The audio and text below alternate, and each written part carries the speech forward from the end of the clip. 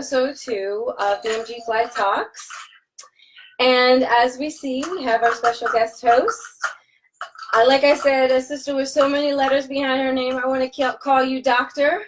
It is Kameelah Rashad. She is the co-founder of Black Muslim Psych. Am I right? Yes, Black Muslim Psychology Conference. Yes, and you started the Muslim Wellness Foundation, correct? Yes. Alhamdulillah, welcome. Thank you for being on the show. Oh, thank you for inviting me and bearing with me with my own tech issues. Oh, no worries. You know, live tech is always better than, AI.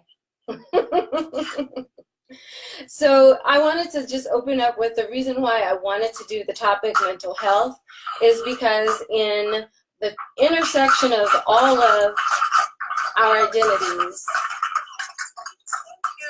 in that intersection, there's a taboo. There's a taboo on talking about it. There's a taboo on if you have it, mental health issues. And then, of course, everybody likes to pretend that, Muslims are super perfect and we don't get anything.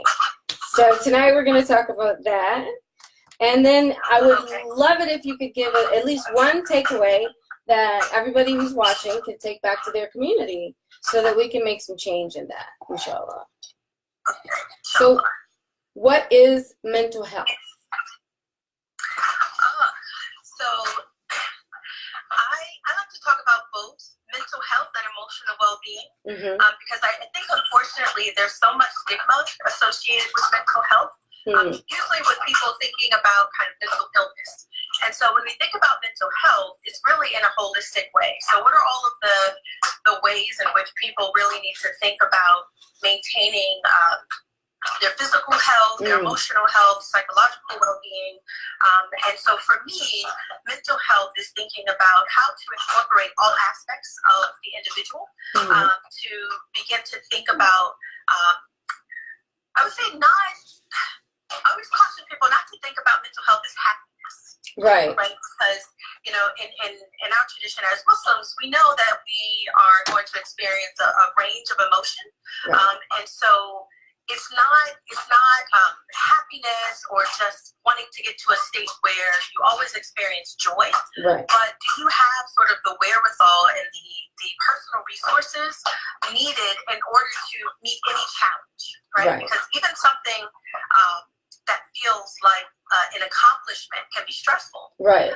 So do we have sort of the personal and emotional resources to be able to really be resilient and to manage all of the different ways that we'll experience the world?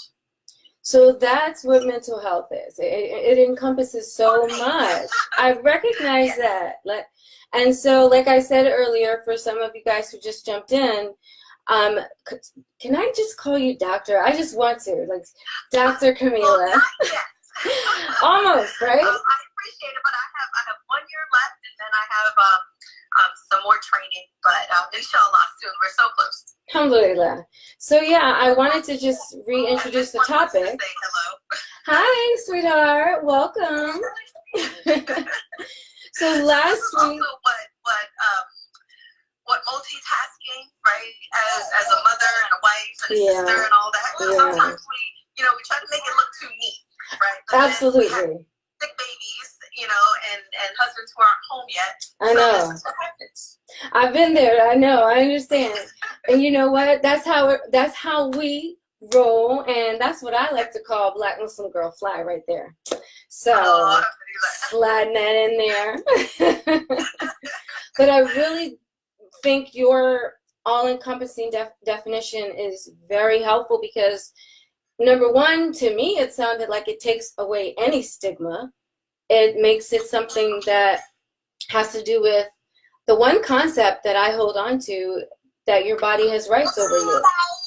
You're like that. A part of our tradition as Muslims is that we have to protect our own bodies and protect our own selves. And so with the way you explained it, it's my duty to do it my best. You know what I'm saying? So, and then how does one know that they're healthy mentally? So I think about, I just taught a course on self-care and self-development at Claremont. And one of the sort of consistent themes that continue to emerge when we think about health and well-being is balance. Right, and so being very self-aware, and I say that self-awareness is a practice. It's not something that people come to naturally. So being emotionally intelligent, being able to kind of reflect on their own emotions and feelings, and so being able to monitor even variations in your own mood and what may have triggered those things. So I always, for myself and for others, I kind of recommend that.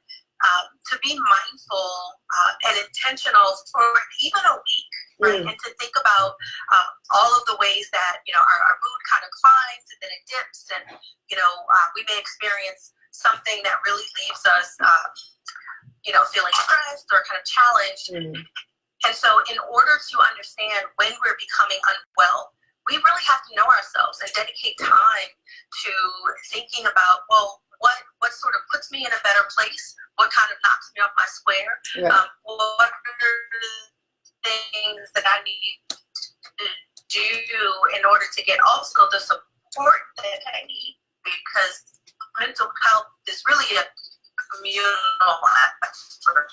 A communal effort, you said. Oh, now I'm losing you. Oh, one no.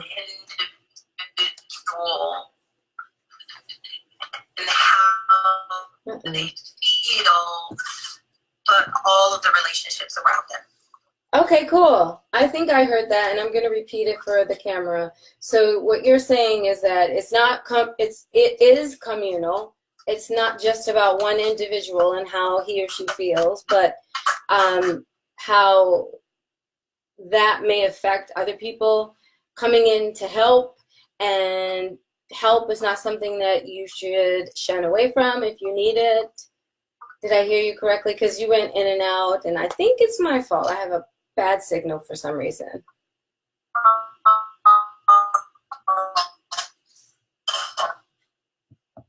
I can try and jump you back in if you want to log out and jump back in. Let's do that. We are going to end briefly so that I can restart this. For some reason, we're catching a bad signal. So this is the end of part 1. I'm going to close out and start part 2. See you in a minute.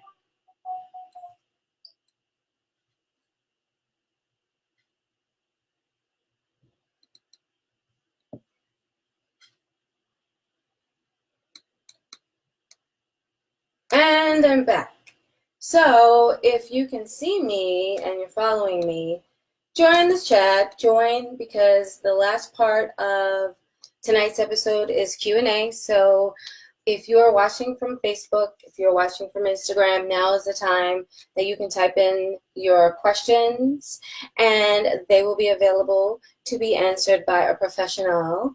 And like I said, I'm bringing the Black Muslim woman perspective, and tonight's Black Muslim woman is Kameelah Rashad, and she is a professional in the area of social well-being, mental health, and she just gave us a brief breakdown that was not only clear, but very much all-encompassing when it comes to describing mental health with regard to your physical body, your spiritual body, and I appreciate that. So we then had a few technical difficulties, and I had to close out that chat and start again and wait for everyone else to join again. But in the meantime, I get a chance to talk to the Facebook followers. So you guys out there, don't be afraid. If you're watching this later on the replay, type in your questions and they will be saved so that I can ask Sister Dr. Kameelah, Ms. Wonderful Kameelah Rashad. And I also want to thank her for her graciousness, because her child wasn't feeling so well tonight. So the first half, we did have her young son on the video. And, you know, otherwise, other guests might decide, well, I can't do it, I decline. But she was so gracious to still join. And so I appreciate that. And so I'm going to restart, and she's back. And hopefully it's a good signal. And we'll start. I just sent you the request, Kameelah. And being a Black Muslim woman, can you hear me? Can you hear this? Do we have sound? Kameelah? Kameelah? I think there's a bit of a delay. So let's try one more time. And get her in here. That's the one thing I love about this, is because it's live. I honestly want things to go a little wonky, because like earlier, like Kameelah said, it's not always perfect. You know, you got to let the blemishes show. You got to let the, right? Thank you. Welcome back. You're here. Alhamdulillah. I was just saying, like you said earlier, sometimes you got to let the real show. You know, I had technical problems, but we're back. So the last thing I wanted to say was, you were saying that what healthy looks like is something where you're reflective of your community, or did I misread?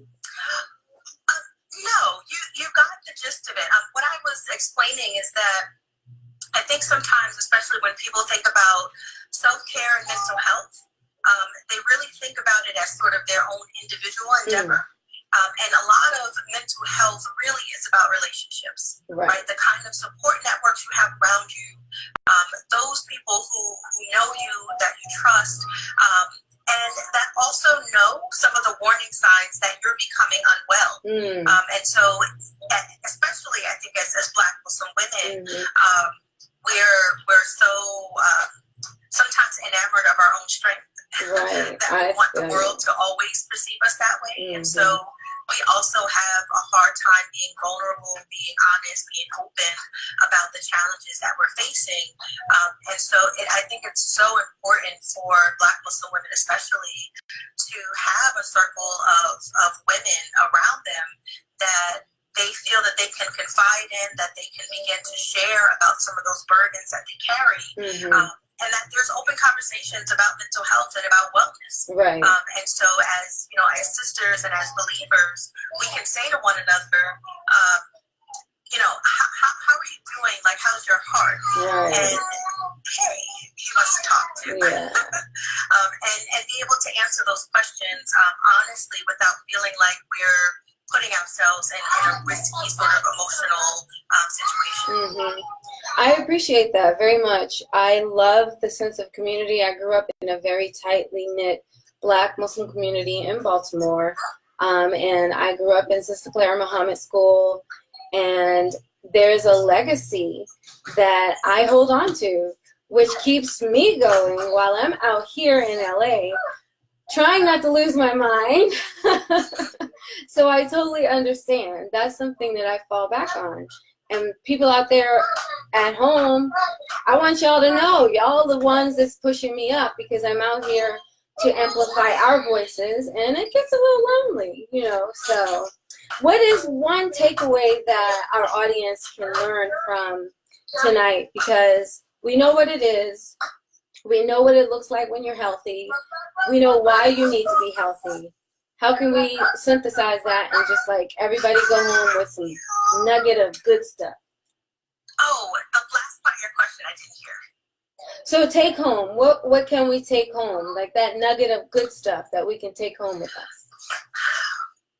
Well, I would say that, especially for us, to think about if we are struggling with how we feel about self-care, especially if we think it's sort of it's self-indulgent, that it's being selfish, that we should put everyone else before our own needs. I think sometimes we have a tendency, and I put myself in that we category, to be very sacrificial, right? And feel like my worth is dependent on sort of the number of people that need me.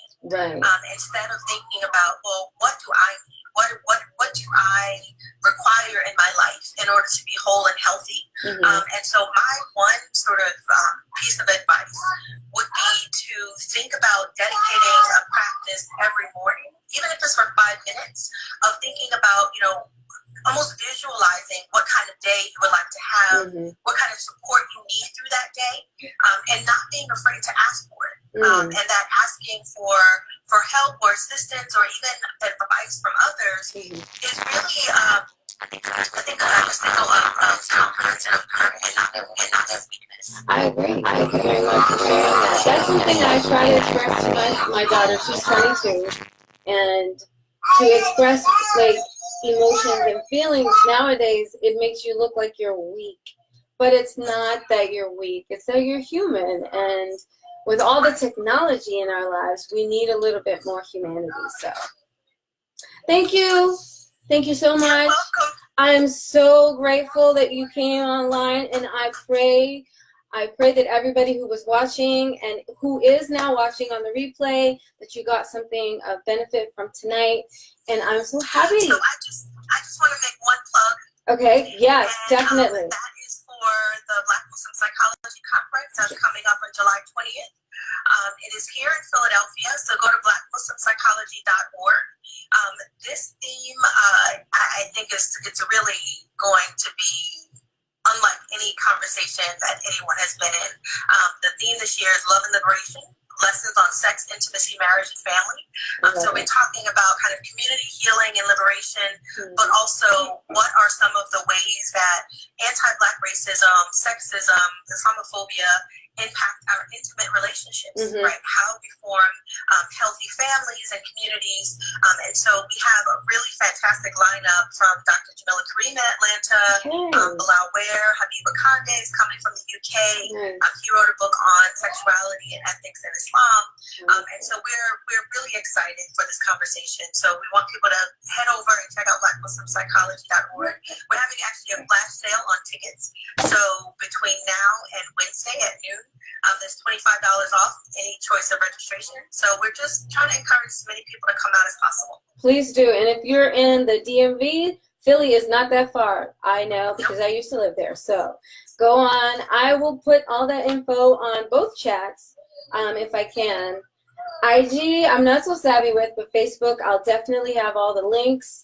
And then we'll definitely look into that. I want to also thank you for your time again, because as a mom, as a working woman, you know, you've got a life, and you've gifted me with 30 minutes of your time, and I really appreciate that. Thank you. Oh, thanks for inviting me. All right, inshallah. We will talk again soon, inshallah, because you're one of the people I wanted to invite to be a Friday feature. Oh, okay. So yes, I have this really long list.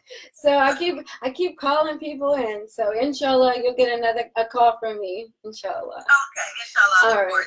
Have a good night. Thank you very much. Assalamu alaikum. All right, everybody. This is good night. I hope you got some benefit from that. And if you did not, you can always message me, and I will send you some more info on the Black Muslim Psychology Conference and on the Muslim Wellness Foundation, of which Kameelah Rashad created. And that's it for tonight. And when it comes to mental health, don't feel shamed. Don't feel like you can't ask for help, as she said.